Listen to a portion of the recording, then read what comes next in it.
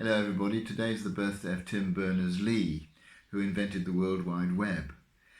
He worked for many years at the CERN Institute in Geneva, and it was on the 20th of December 1990 that he published the first web page, which was in fact a description of how the World Wide Web would work. It's been an extraordinarily transformative invention in the lives of millions, billions of people all over the planet. You could argue perhaps that it's made more difference to the lives of ordinary individuals than almost any invention since printing or even the wheel. And something I think to celebrate, because when it's used for good, it links us together, it connects us in a most extraordinary way.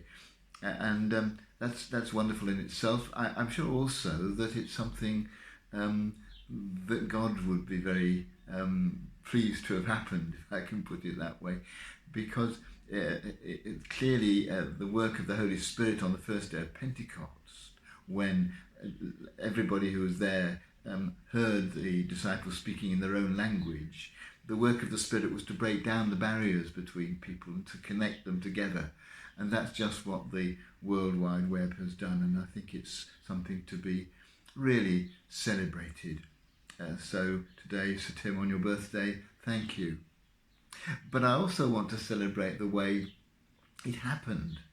Sir Tim says that most of the technology involved in the web, hypertext, the internet, multi-font text objects, these things had been designed already. He says, I just had to put them together. Another way of things being connected, bringing together different things, and in connecting them, enabling us to move forward in an extraordinarily effective way. But I think this is true in our lives as well. So often it's by putting together two ideas that we find ourselves seeing things differently, understanding things differently.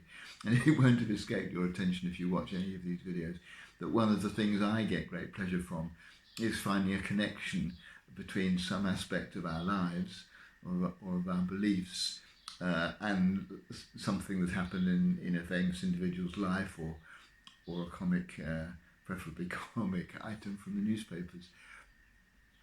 This ability to connect things, again, I'm sure is the work of God, is the work of the Holy Spirit. I'm thinking of Archimedes in the bath, Eureka, and Isaac Newton watching the apple fall and learning about gravity, making connections. And it's interesting that for both those people, it happened when presumably they were relaxing. Archimedes in the bath and Isaac Newton under the tree. And I think often actually our minds can sort things out and make these connections if we give them a rest.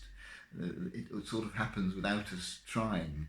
And that can happen obviously when we're relaxing, but also at other moments too. It's a gift. It's something that just seems to happen. And so that's, I think, again, something that I want to celebrate today. So as we remember Sir Tim and all the value of the World Wide Web, his invention, let's also celebrate the way in which connections are made in our lives, in our brains, almost without us wishing, but almost always to our delight and to our advantage.